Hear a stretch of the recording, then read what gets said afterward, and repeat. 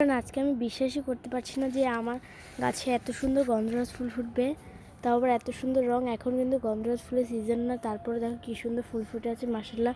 এখানে দেখো একটা কড়ি এসেছে, এত ছোট ডালে এত সুন্দর ফুল ফুটবে আমি বুঝতেও পারিনি।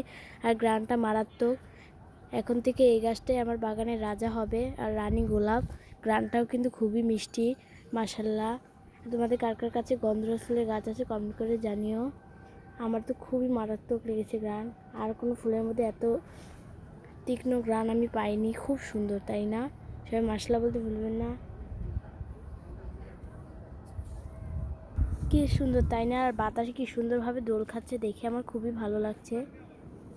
আর এই গন্ধরাজ ফুলের গ্রানে আমার পুরো বাগানটা মোমো করছে। আমি ছাদে উঠতে এসেই দেখি গ্রান পাচ্ছি, পরে এই দিকটা এসে দেখি এই ফুলটা ফুটে আছে মাশাআল্লাহ। পুরো ছাদ জুড়ে গ্রানে ভরে গেছে, এই সুন্দরী গ্রানে। আমার কিন্তু গন্ধরাজ ফুল খুব ভালো লাগে। তোমাদের কার কার কেমন লাগে কমেন্ট করে জানিও।